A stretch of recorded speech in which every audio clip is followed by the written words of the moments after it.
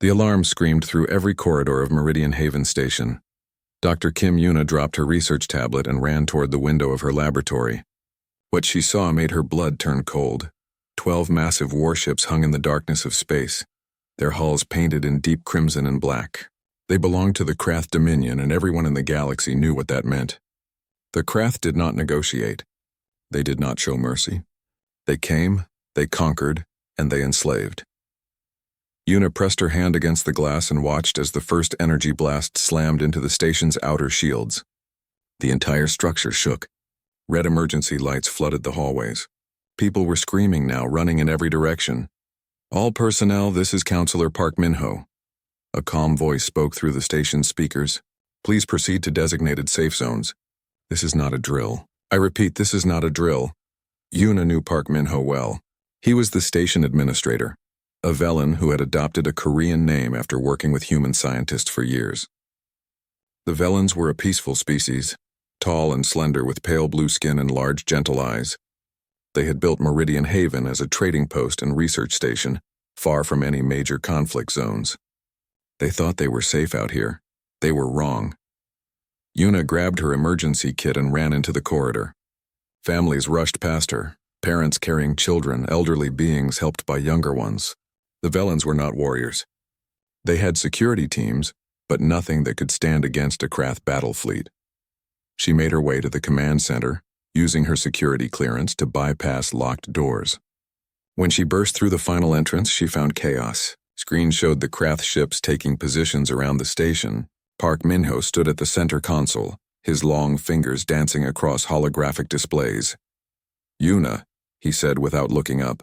"Good. I need you to help coordinate the evacuation of the science sector." "What about the distress signal?" Yuna asked, moving to a nearby console. "Who's responding?" Park Min-ho's face fell. "The nearest Velen fleet is 3 weeks away. The Galactic Council has acknowledged our message, but their forces are engaged in the Outer Rim conflicts. We have sent emergency broadcasts on all channels, but..." He did not need to finish. Yuna understood. No one was coming. Not in time, another blast rocked the station. The shields were holding, but barely. On the main screen, a Krath commander appeared. He was massive, covered in thick scales with 4 arms and burning yellow eyes. "People of Meridian Haven," the Krath commander's voice was like grinding stones. "I am Commander Vesh of the Krath Dominion. You have one choice. Surrender now and you will serve the Dominion as workers. Resist and you will be destroyed. You have 2 hours to decide." The screen went black. Park Min-ho's shoulders slumped. Around the command center, Velen officers looked at each other with fear in their eyes. Everyone knew what serve as workers meant. Slavery. A life of hard labor in Krath mining operations, where most died within a few years. "Keep sending the distress signals," Park Min-ho ordered quietly. "All frequencies. Maybe someone will hear us." Yuna sat at her station and began working. She sent out signal after signal, broadcasting their coordinates, their situation, pleading for help. But the responses that came back were all the same. Too far away, unable to assist. Good luck. Hours passed. The Krath fleet maintained their positions, waiting for an answer like predators circling wounded prey. Yuna helped organize the evacuation of non-essential areas, moving people to the most protected sections of the station, but she knew it would not matter. When the Krath attacked in full force, the station's shields would fail in minutes. She thought about Earth, about her home and soul that she had not seen in 3 years. She thought about her parents, her younger brother. She had sent them a final message an hour ago, telling them she loved them. She did not know if they would ever receive it. "Yuna," Park Min-ho called to her. "Come look at this." She walked to his console. He had pulled up the station's defensive systems, what little they had. "The mining laser array," he said, pointing to a schematic. "It has been offline for years, but the equipment is still there. If we could bring it online." "It is designed for cutting asteroids, not fighting warships," Yuna said. "I know. But it is something. Better than nothing." Yuna studied the schematics. The mining lasers were powerful, designed to slice through solid rock. Against proper warship shields, they would be almost useless. But almost useless was better than completely defenseless. "I can try," she said, "but I will need to access the lower engineering decks. And I will need time." "Time is what we do not have," Park Min-ho said. He looked at the countdown on his screen. 1 hour and 15 minutes until the Krath deadline. But do what you can. Yuna grabbed a toolkit and headed for the lower levels. The station shook again as the Krath fired warning shots. She could hear the fear in people's voices as she passed through the corridors. Children crying, adults trying to be brave for them. She reached the engineering level and found the mining laser controls. They were covered in dust, abandoned when the station switched to automated mining drones years ago. She began working, pulling panels, rerouting power, checking connections. Her hands shook as she worked. She was a scientist, not an engineer. But she had helped install some of this equipment when the station was first built. She knew the systems. Above her, the Krath waited. Around her, 50,000 people hoped for a miracle. And far away, beyond their knowledge, a human warship picked up their desperate signals. Captain Han Dae-won looked at the distress call on his screen, looked at his crew, and made a decision that would change everything. But Yuna did not know that yet. All she knew was fear, and the desperate hope that her hands could work fast enough to give her friends a chance to survive. Captain Han Dae-won stood on the bridge of the warship Indomitable, staring at the distress signal that had just come through. The message was desperate, the voice of someone who knew they were going to die. Meridian Haven Station, 50,000 civilians. 12 Krath warships. Sir, Lieutenant Choi Ji-ho spoke from the tactical station. That station is 4 hours away at maximum burn. Our current mission parameters require us to continue Patrol Route 7 and report to Fleet Command in 6 hours. Han Dae-won knew the regulations. A single warship did not engage a superior force without backup. A single warship did not abandon its mission for unconfirmed distress calls. A single warship followed orders. He looked around his bridge. Choi Ji-ho at tactical, his face carefully neutral. Nam Soo-jin at engineering, her hands already running calculations. Lee Hana at weapons control, watching him with steady eyes. His crew, his responsibility. Analysis, Han said quietly. Choi Ji-ho pulled up the tactical display. 12 Krath warships, heavy class. The Indomitable is a destroyer. Fast and well-armed, but designed for fleet operations, not solo engagement. Probability of successful engagement? He paused. 0.3%, sir. 0.3, Han repeated. Not 0, no sir, not 0. But close enough that regulations are clear. We should report to Fleet Command and request orders. Han Dae-won walked to the main view screen, hands clasped behind his back. He was 42 years old, had served in the Terran Federation Navy for 20 years. He had fought in the border wars, had seen good people die following bad orders, and had seen innocents suffer because the right help came too late. How long would it take Fleet Command to respond? He asked. Best case 8 hours for new orders, then another 12 hours for the nearest battle group to reach Meridian Haven. 20 hours total. Yes, sir. Han closed his eyes. 20 hours. The Krath deadline was 2 hours. In 20 hours, 50,000 people would be dead or enslaved. He thought about his own childhood, Earth, Sol, the buildings burning, during the first contact wars when hostile aliens had attacked before humanity had real defenses. He remembered hiding in a shelter with his mother while plasma fire rained from the sky. He remembered waiting for help that almost came too late. The Terran Federation had been alone then. No allies, no one to call. They had survived through pure stubborn will and the refusal to surrender. He turned back to his crew. Opinion, each of you. Nam Soo-jin spoke first from engineering. Sir, the Indomitable can take it. We can push the engines beyond safe limits. We can reroute power from non-essential systems. We can fight, Lee Hana nodded. We have 4 times the missile load of a standard destroyer. Our railguns can penetrate Krath shields at close range. If we use guerrilla tactics, hit and run, we could hurt them badly before they take us down. Choi Ji-ho was quiet for a moment. It is against regulations, sir. We would be disobeying direct orders. Court-martial minimum, if we survive, he paused. But it is the right thing to do. Han Dae-won looked at each of them. His crew, they knew what he was asking. They knew what it would cost. We all joined the Navy for a reason, he said quietly. We remember what it was like when Earth was alone, when no one came to help us, when we had to save ourselves. He looked at the distress signal on the screen. I will not let that happen to someone else. Not while I have a ship and weapons and crew willing to fight. He sat in the captain's chair and pulled up the ship-wide communications. All hands. This is the captain. We have received a distress call from Meridian Haven Station. 50,000 civilians under attack by Krath forces. Fleet Command is too far away to help in time. We are the only ship in range." He paused. "I am ordering us to respond. I know this violates our mission parameters. I know this puts us all at risk. But I also know why we wear these uniforms. No one gets left behind. Not on our watch." He closed the channel and looked at his crew. "Anyone who wants to object, do it now. I will note your protest in the log." Silence. Then Nam Sujin smiled. "With respect, sir, shut up and give the order." Han Dae-won allowed himself a small smile.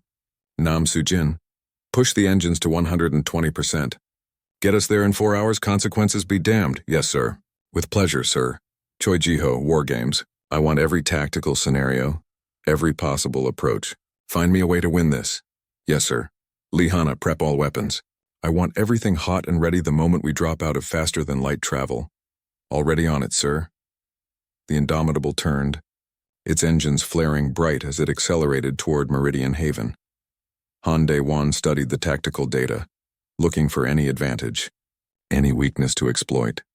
The Krath were powerful, but they were arrogant.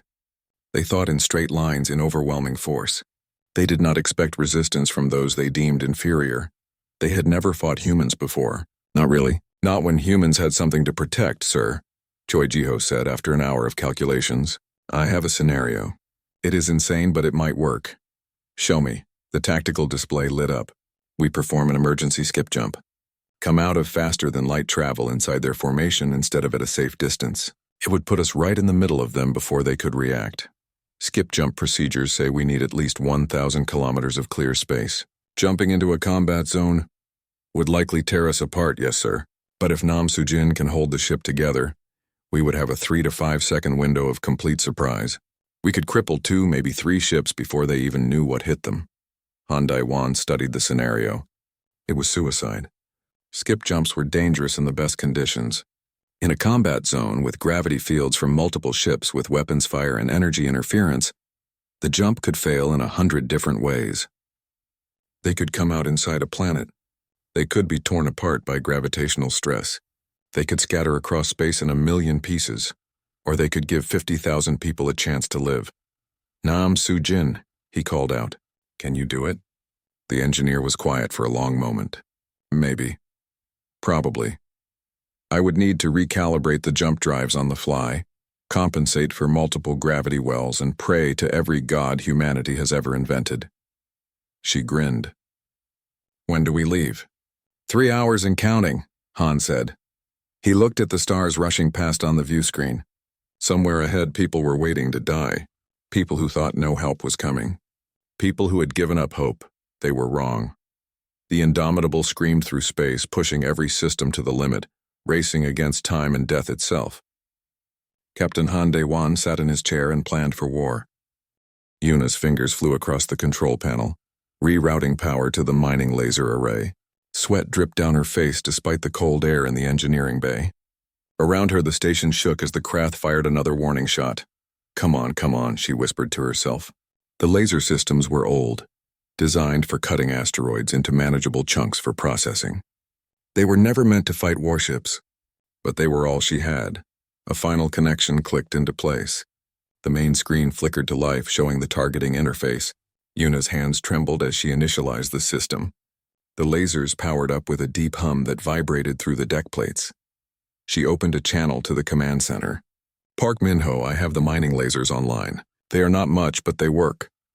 Park Min-ho's face appeared on her screen, relief mixed with sadness in his large eyes. "Good work, Yuna, but I fear it will not be enough. The Krath deadline is in 15 minutes. They are demanding our answer." Yuna watched the tactical display. 12 Krath warships surrounded the station like sharks circling prey. Their shields glowed faintly, energy barriers that could withstand tremendous punishment. Her mining lasers would barely scratch them. "We should fight anyway," she said quietly. "Even if we lose." "Yes," Park Min-ho agreed.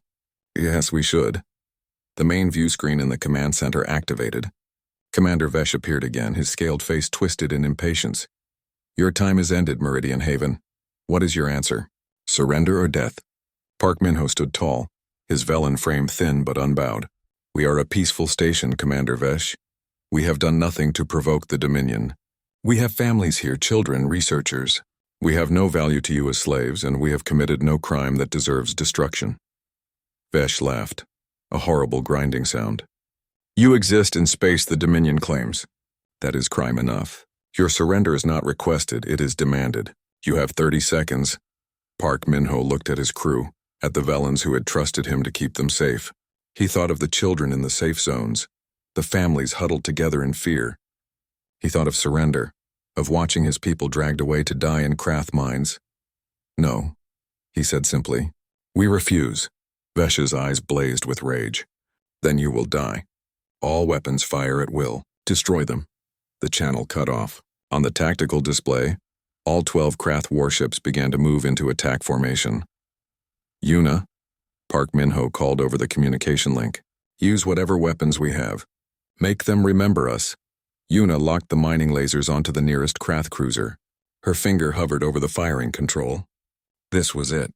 Their last stand. She fired. 3 brilliant beams of concentrated light lanced across space, striking the Krath cruiser's shields.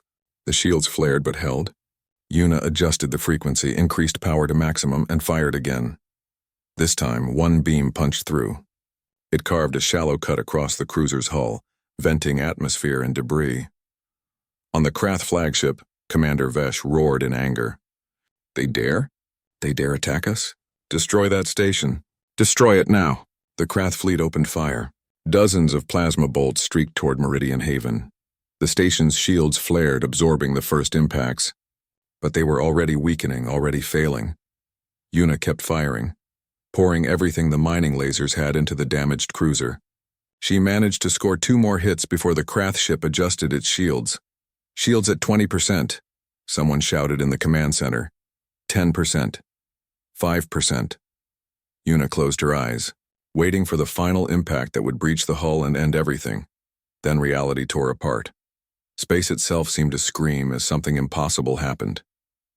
A massive warship appeared in the middle of the Krath formation, emerging from faster-than-light travel in a location where no ship should be able to jump. It was like watching a knife cut through fabric, like seeing a ghost become solid.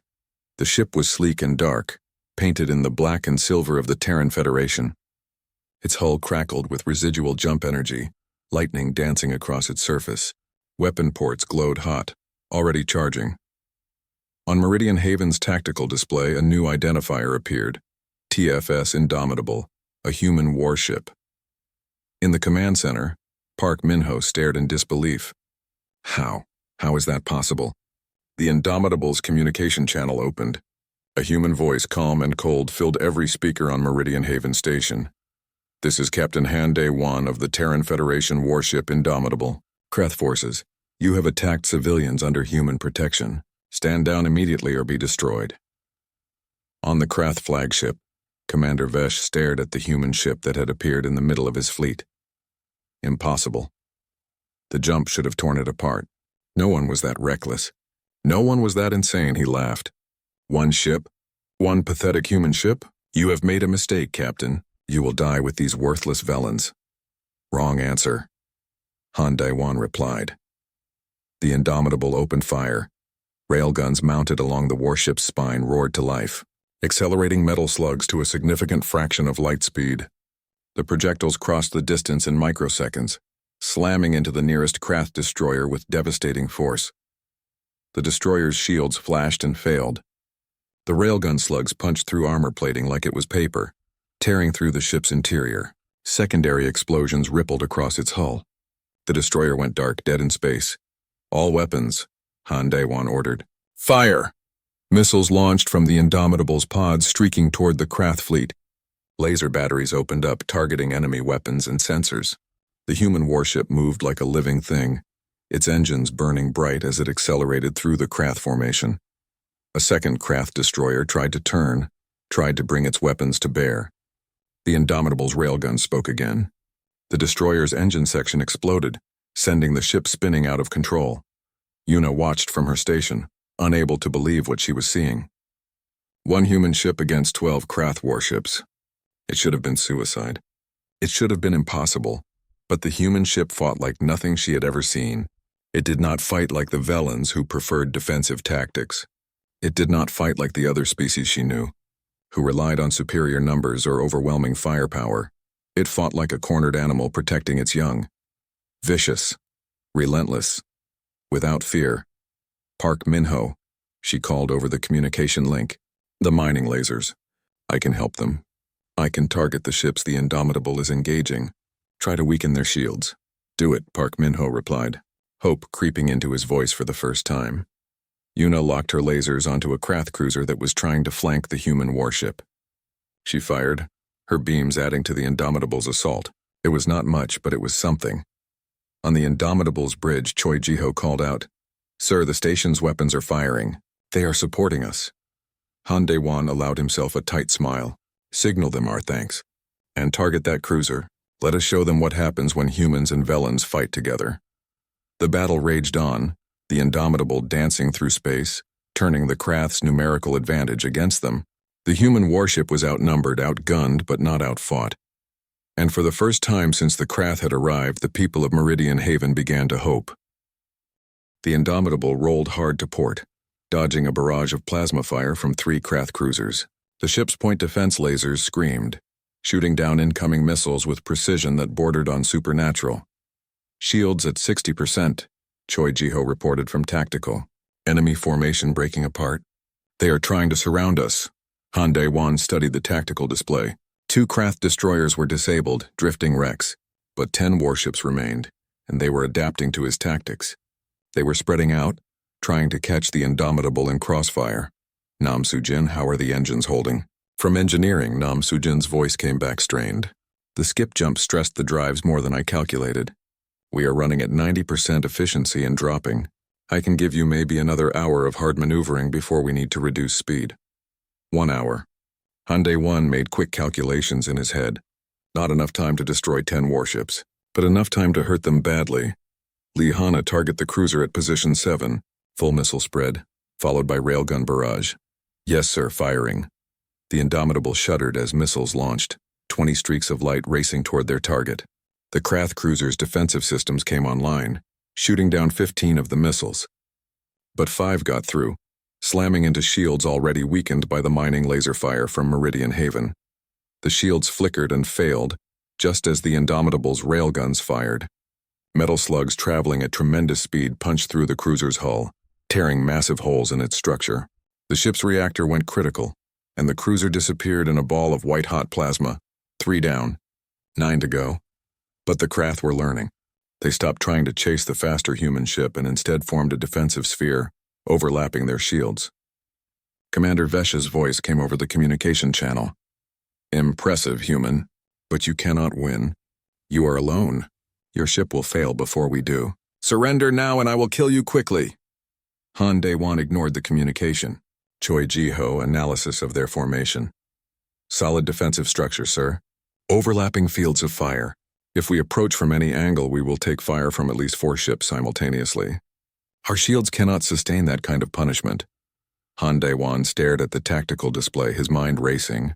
The Krath thought they had him trapped. They thought defensive positions and superior numbers would win the day. They forgot that humans did not always play by the rules.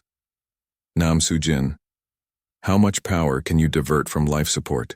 There was a pause. Sir, if I pull power from life support, we have maybe 10 minutes of breathable air in the bridge. Do it. Reroute everything non-essential to forward shields and weapons. Choi Ji-ho, plot a course straight through their formation. We are going to ram. The bridge went silent. Lee Hana turned in her chair. Sir, a collision at these speeds. I said plot a course for a ram. I did not say we were going to complete it. Han Dae-won's eyes gleamed. We are going to make them think we have lost our minds. When they panic and break formation to avoid us, we strike. Understanding dawned on Choi Ji-ho's face. They will scatter, and when they do, they lose their overlapping shields. Exactly. It is a game of nerves, and humans are very good at acting insane. Nam Soo-jin laughed over the communication channel. Power rerouting now, sir. You have your juice. Try not to actually hit them, though. I worked hard on this ship. The Indomitable's engines flared to maximum burn. The warship accelerated directly toward the Krath formation, picking up speed with every second. On the bridge, alarms blared as the collision warning systems went haywire. In the Krath fleet, Commander Vesh watched the human ship's approach with confusion that quickly turned to alarm. What is it doing? It is accelerating toward us. It is going to collision alert, one of his officers shouted. The human ship will impact the flagship in 40 seconds. Vesh's eyes widened. The human captain was insane. He was actually going to ram them, to destroy his own ship just to take out the flagship. Evasive maneuvers. Vesh roared. Break formation. All ships scatter. The Krathsphere fell apart as 9 warships broke in different directions, each trying to avoid the incoming human ship. Their overlapping shields disappeared. Their coordinated fields of fire collapsed. Now, Han De-wan said quietly, the Indomitable killed its forward engines and fired maneuvering thrusters twisting in space like a dancer. The forward momentum carried it past the flagship by mere meters, close enough that the Krath crew could see the human ship's hull plating. But now the Indomitable was inside the scattered formation, and the Krath ships were isolated. All weapons rapid fire. Target the closest ships. The Indomitable became a whirlwind of destruction. Railguns hammered one cruiser, punching through its engines. Missiles struck another, overwhelming its shields. Laser batteries carved into a third, cutting through sensor arrays and weapon mounts. The Krath tried to regroup, but the Indomitable was everywhere, moving faster than they could track, hitting harder than they expected. Human tactics, human aggression, human refusal to follow conventional warfare. But the Indomitable was taking damage too. A plasma bolt pierced the forward shields, scorching armor plating. Another hit struck the port side, causing explosions on 3 decks. Hull breach on Deck 7, Nam Soo-jin reported, her voice tight, sealing emergency bulkheads. Shields down to 20%. A Krath battlecruiser, larger than the others, moved to intercept. It was Commander Vesh's flagship, and it was bringing its massive main guns to bear. Han De-wan saw the danger. At this range, those guns would tear through the Indomitable's weakened shields and destroy the ship. He had seconds to make a decision. Lee Hana, do we still have the magnetic accelerator cannon? Lee Hana checked her systems. Yes, sir, but it is experimental. We have never fired it in combat. It could overload and blow out our entire weapons grid. Will it work? Maybe, probably it should. Han De-wan smiled grimly. Should is good enough. Target the flagship. Fire when ready. The magnetic accelerator cannon was humanity's newest weapon, designed to fire projectiles at 1/10 of light speed. It drew massive amounts of power and generated heat that could melt the barrel after a single shot. But when it hit, nothing could withstand it. The weapon charged with a sound like thunder. Every light on the bridge dimmed as power was rerouted. The barrel extended from the Indomitable's belly, glowing with barely contained energy. Firing, Lee Hana said. The cannon fired. A projectile the size of a small car launched forward at incredible speed. It crossed the distance to the Krath flagship in less than a heartbeat. The flagship's shields flared, held for a microsecond, then shattered like glass. The projectile punched through the ship's hull, through its armor, through its reactor containment. For a moment, nothing happened. Then the Krath flagship exploded from the inside out, a miniature sun blooming in space. Commander Vesh's final scream was cut short as his ship disintegrated around him, but the magnetic accelerator cannon had done exactly what Nam Soo-jin feared. The weapon overload cascaded through the Indomitable's systems. Main power flickered and died. The engines went dark. Weapon systems shut down one by one. The Indomitable went silent, drifting in space among the debris of the battle. On Meridian Haven Station, Yuna watched in horror. No. They are dead in space. The Krath will destroy them. But something had changed. The remaining Krath ships, 5 of them now, were not pressing their attack.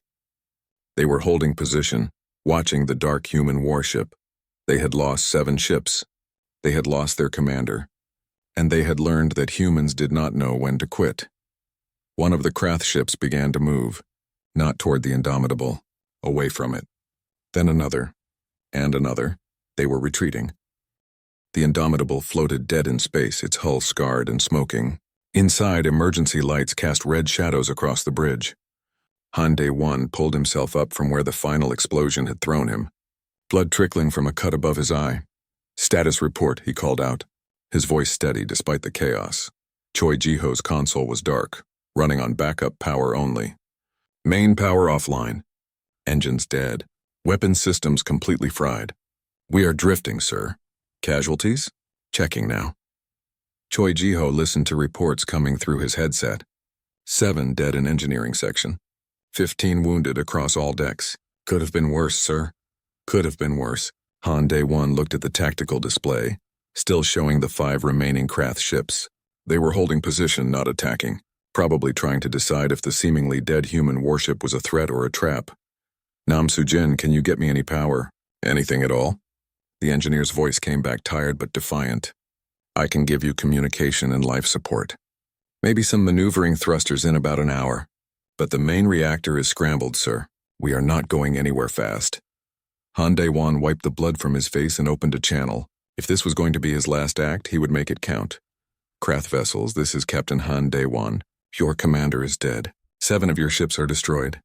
You have a choice now. You can try to finish us off, and maybe you will succeed. But I promise you this. We will take at least 2 more of you with us before we go down. Or you can leave now, return to your dominion, and tell them what happens when humans defend the innocent. Silence. The Krath ships did not move. Then slowly they began to turn away. Their engines flared as they accelerated, jumping to faster than light travel one by one. Within minutes, the space around Meridian Haven was empty except for debris and the battered Indomitable. On the bridge, Lee Hanna let out a long breath. They are gone. They actually retreated. They learned, Han Day-1 said quietly. They learned that humans do not surrender. Not when lives are at stake. A communication channel opened from Meridian Haven. Park Min-ho's face appeared on the screen, his large eyes filled with tears. Captain Han, you came. You actually came. We thought no one would help us. Han Day-1 managed a small smile. Someone always comes, counselor. Maybe not when you expect, maybe not who you expect, but someone comes. That is what civilized beings do for each other. You saved 50,000 lives today. You saved my people. How can we ever repay this debt? There is no debt. You would have done the same for us. Han paused, looking at his damaged ship. Though we could use some help with repairs. And perhaps a place to rest. Park Min-ho laughed, a sound of pure relief and joy. Our station is yours, Captain. Everything we have is yours. Over the next hour, Meridian Haven sent out repair drones and engineering teams. The Indomitable was carefully towed to a docking position near the station. Medical teams rushed to treat the wounded. The dead were honored with quiet ceremony.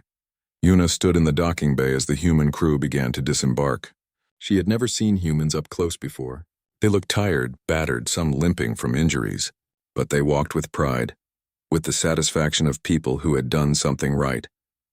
Captain Han Day-1 was the last to leave his ship. He touched the hull gently as he passed, a gesture of respect for the vessel that had brought them through impossible odds. Yuna approached him, suddenly nervous. Captain Han, I am Dr. Kim Yuna. I was the one operating the mining lasers. I wanted to thank you. For coming, for fighting for us.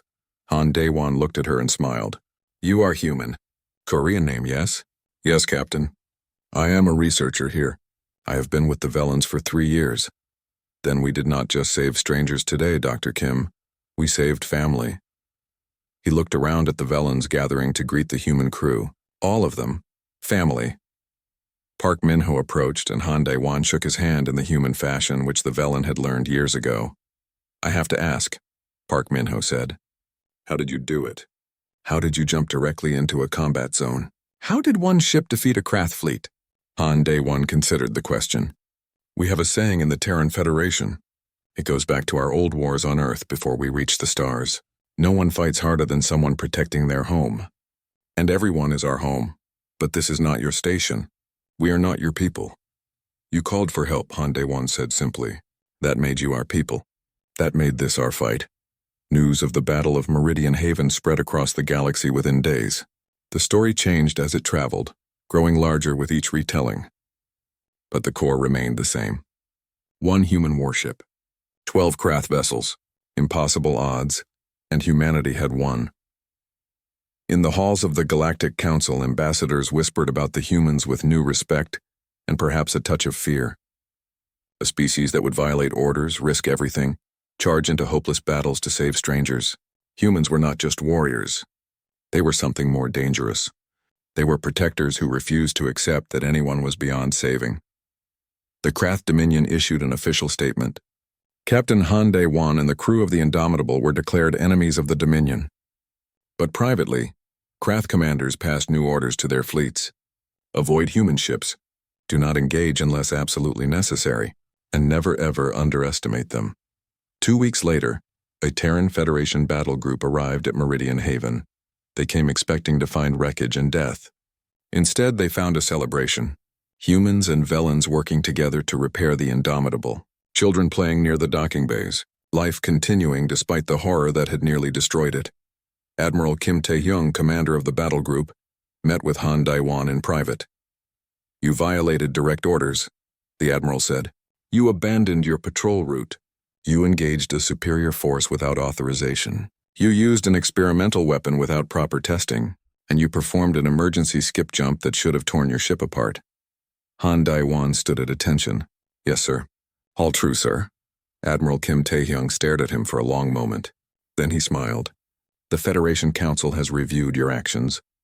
They have decided that court-martial is inappropriate. Instead, you and your crew are to receive the Star of Terra, our highest honor. You have shown the galaxy what humanity stands for." Han Dae-won blinked in surprise. "Sir, I was just doing what was right." "I know. That is exactly why you deserve the honor." The admiral clasped his shoulder. "The galaxy thought they knew us. Thought we were just another species with ships and weapons. You showed them the truth. We are the ones who come when no one else will. We are the ones who fight when others have given up hope. That is what makes us human."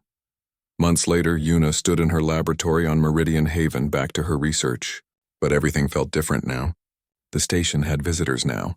Ships from a dozen species stopping to trade, to talk, to see the place where one human ship had held the line. She looked out the window at the Indomitable, repaired and ready for service again. Captain Han and his crew were preparing to leave, returning to their patrol routes. Before they left, Han Dae-won visited her lab one last time. "Stay safe, Dr. Kim," he said. "Keep doing your research. Keep building bridges between species." "Will I see you again?" she asked. Han smiled. "Maybe, maybe not. But if you ever need help, if you ever call for aid, someone will come. That is what we do now. Humans, Velans, whoever hears the call, we come for each other." He left, and Yuna watched the Indomitable undock and glide away into the stars. The galaxy had learned something that day, something important. Humanity did not abandon the helpless. They did not calculate odds and turn away from impossible fights. They came screaming from the void, guns blazing, refusing to let anyone face darkness alone, and across 1,000 worlds. When children asked their parents about safety, about protection, about who would help them if danger came, the answer was always the same: do not worry. The humans will come. They always come.